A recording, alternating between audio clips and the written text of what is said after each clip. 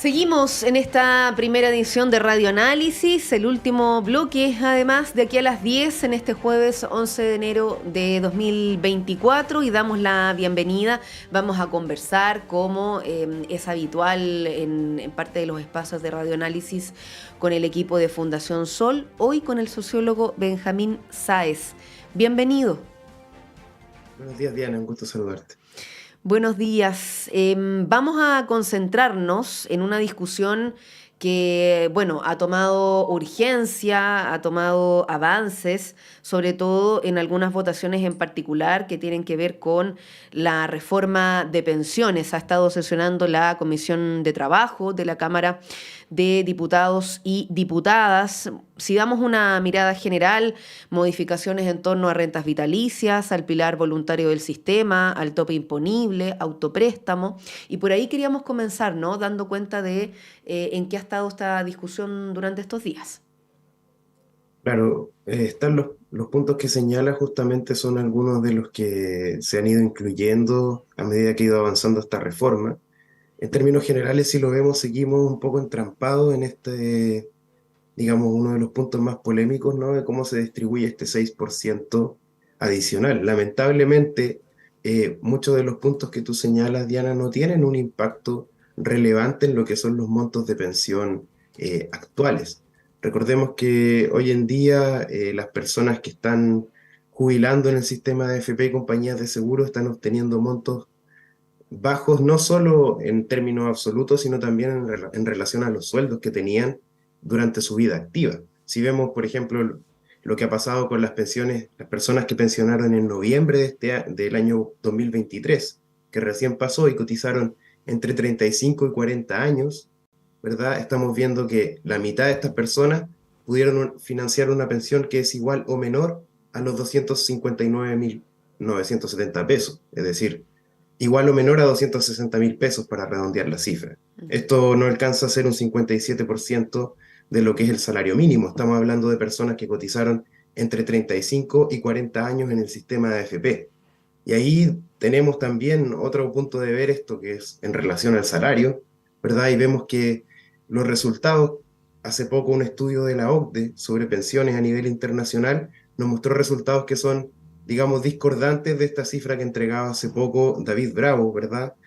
Con datos proporcionados por las mismas administradoras, que actualmente también es relevante decir, la superintendencia solicitó a las administradoras que le entreguen cuál fue la información que proporcionaron ellas de forma directa, en este caso a un investigador que David Bravo, y él estimaba tasa de reemplazo del orden del 80% para los hombres, 59% para las mujeres. Sin embargo, lo que nos revela la OCDE, incluso incluyendo el efecto de la pensión garantizada universal, estamos hablando de una tasa de reemplazo del 46% para los hombres, 43% para las mujeres, y de acuerdo a lo que estimó el propio ministro Marcel, si nos vamos a ver el monto sin PGU, digamos, autofinanciado, estamos hablando de tasas de reemplazo del 25% para los hombres y un 10% para las mujeres, es decir, un promedio para la mitad de las personas, digamos, estamos hablando de las medianas, la mitad de las personas estarían pensionando con un 17% de su salario o menos, sin considerar este efecto PGU.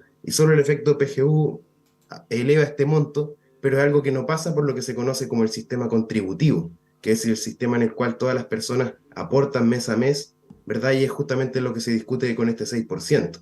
Por lo tanto, vemos que en cualquiera de los escenarios se estaría aportando un porcentaje adicional de cotización a este esquema contributivo que vemos que tanto por los montos que comentábamos al principio, como por estas tasas de reemplazo, que son muy bajas, estamos hablando del orden del 17% o menos, la mitad de las personas están obteniendo 17% o menos de lo que era su salario al momento de trabajar como pensión, lo que es muy grave, ¿verdad? Por lo tanto, en ese sentido, incluso si se fuera el 6, ¿cierto? Un esquema solidario, eso no sería suficiente para enfrentar la crisis profunda que tiene hoy día este sistema y que va un poco más allá de si es AFP o no, sino que este sistema de cuentas individuales, que es, digamos, el trasfondo de este esquema.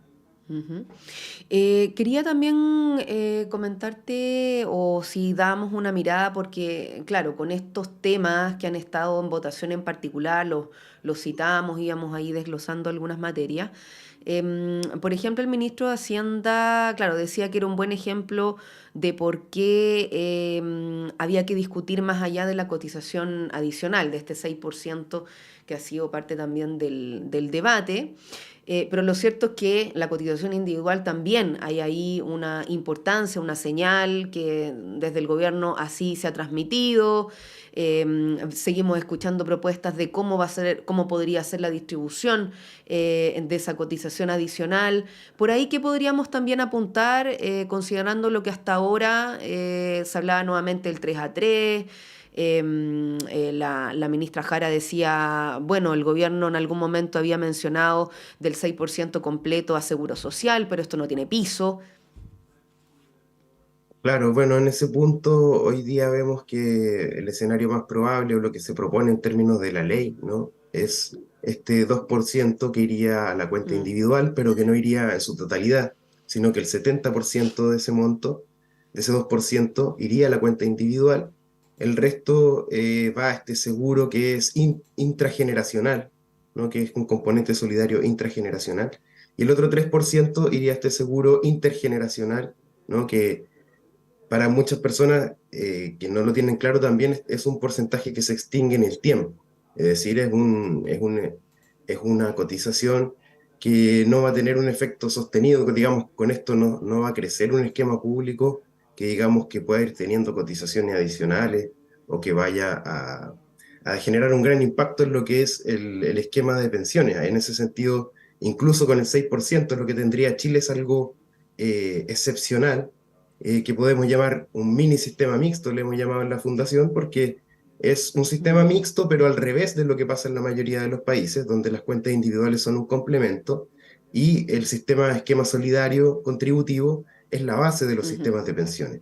En este caso es al revés, tenemos una gran base de cuentas individuales y un pequeño componente de solidaridad, ¿verdad? Que es lo que viene a mejorar las pensiones, en cierta forma la discusión de si son 3 o 6 puntos que van a este componente solidario, en cierta forma también lo que reflejan es que el único mecanismo para mejorar las pensiones futuras, ¿no? Es de una u otra forma un esquema distinto al de las cuentas individuales.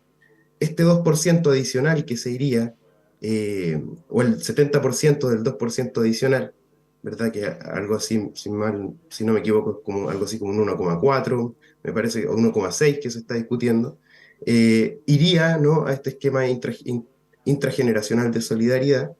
eh, Sin embargo, también pasa a ser parte de este componente como un mini sistema mixto.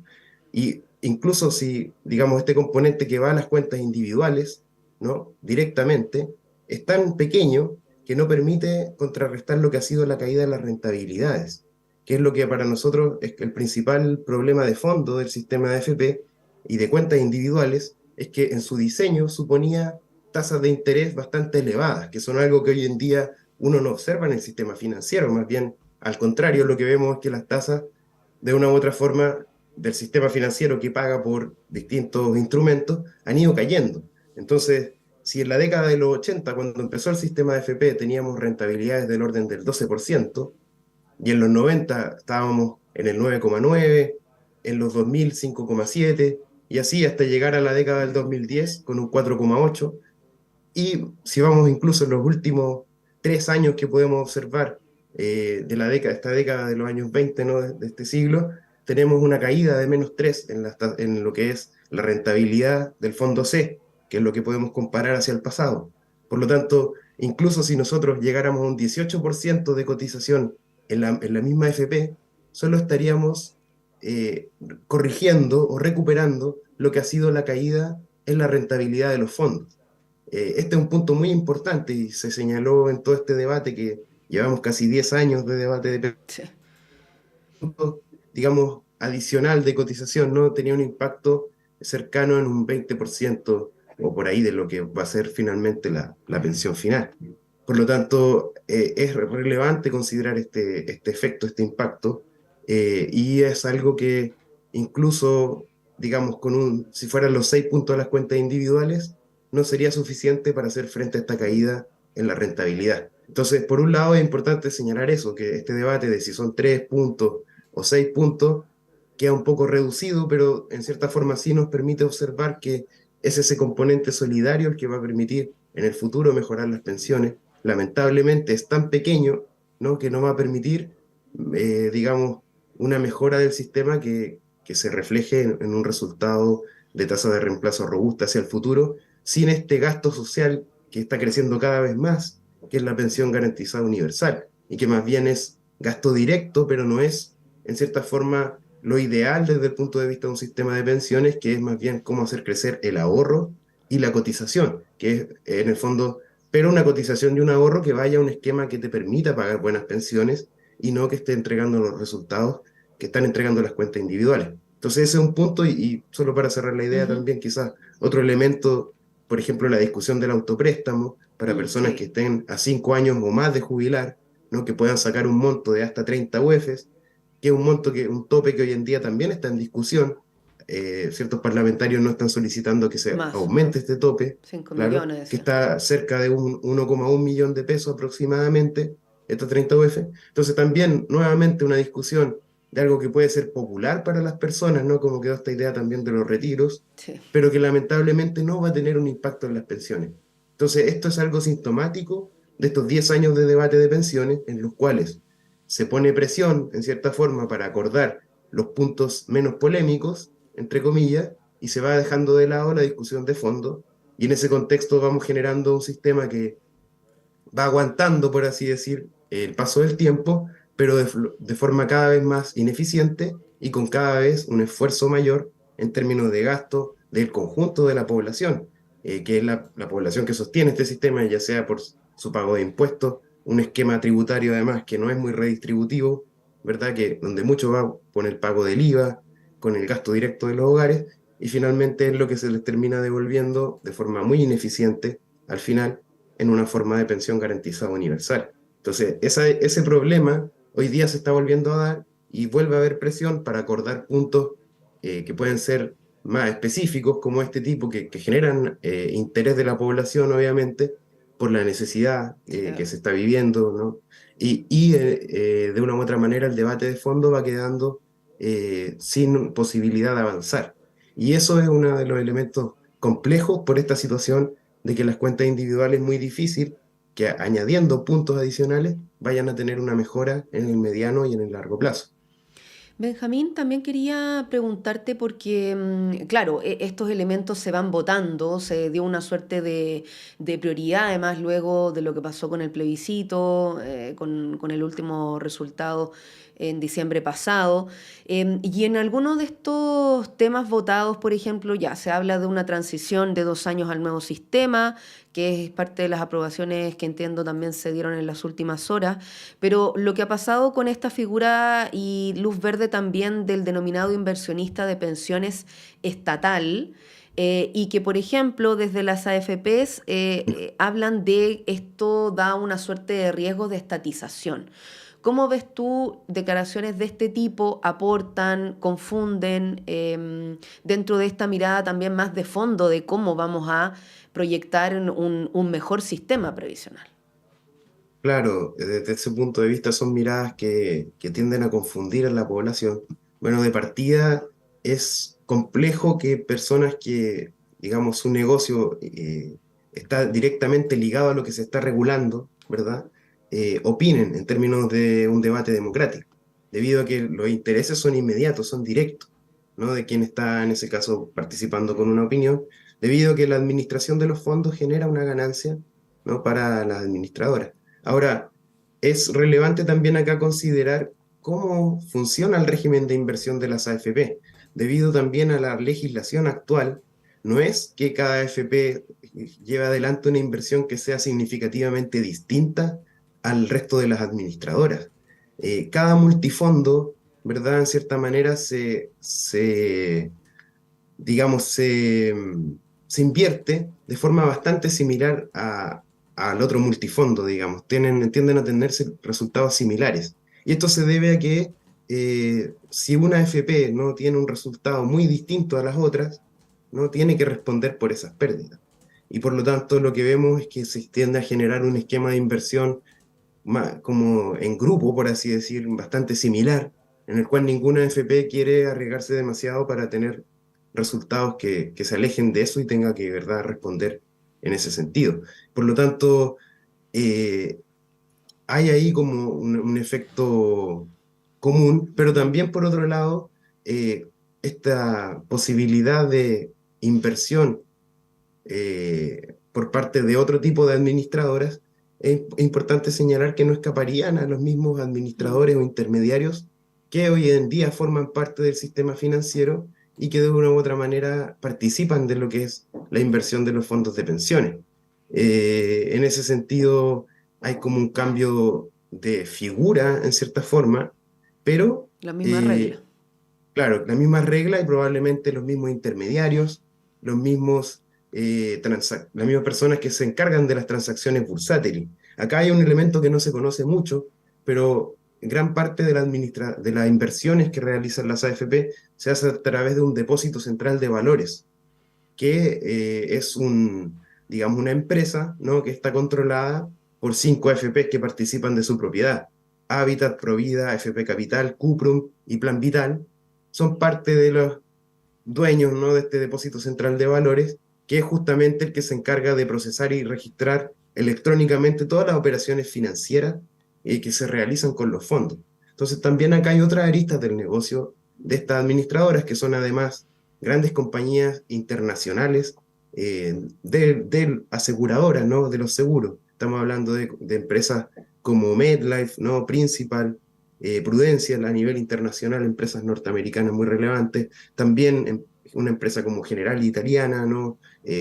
AFP Capital, que es de origen colombiano, de capitales colombianos, Sura, ¿no? Entonces, hay un conjunto también de actores del sector financiero que son los que de una u otra manera también no van a perder, por así decir, su participación en este negocio, independiente de quién, de que se separe, por ejemplo, el tema de la administración de los fondos del pago de las pensiones.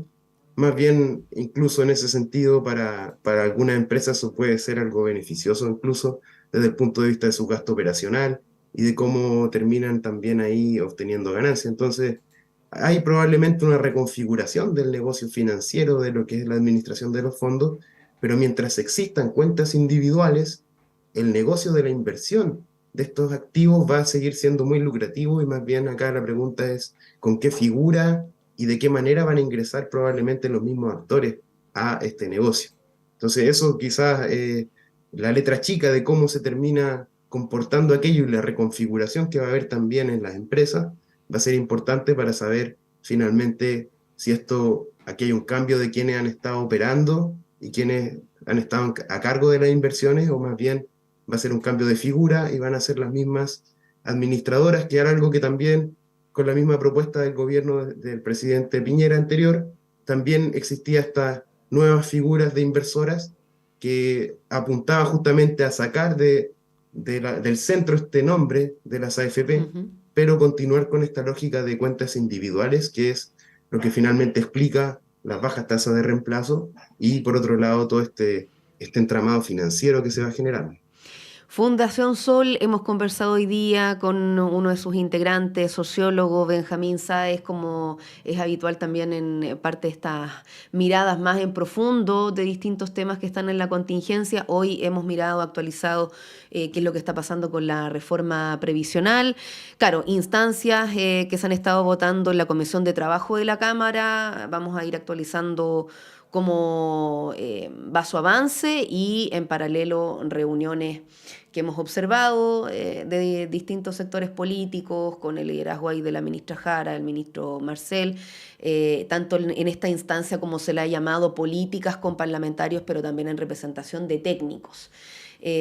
Así que sin duda una materia urgente, importantísima, y hemos tenido entonces hoy día la posibilidad de mirarlo y tener un análisis más crítico de cuáles son los alcances de esto que se ha estado discutiendo. Benjamín, muchas gracias nuevamente. Gracias, Diana. Un saludo a todos por ahí. Todas. Y vamos a cerrar esta primera edición de Radio Análisis. Agradecemos su compañía en esta mañana de jueves 11 de enero de 2024. Por supuesto, puede seguir informándose a través de nuestro diario electrónico, radio.chile.cl, boletines horarios también en la mañana y a las 13 horas en la segunda edición de Radio Análisis. No se separe de nuestra sintonía. La programación continúa, tanto acá en Radio Universidad de Chile, Semáforo, con Antonella Esteves y a través de Uchile TV. Agradecemos al equipo, a Ricardo, Manuel, Carlos, Augusto, Elías, Tania, quien les habla, Diana Porras, y que en mi caso entonces volvemos acá a estudio a las 13 horas. Que tenga buena mañana.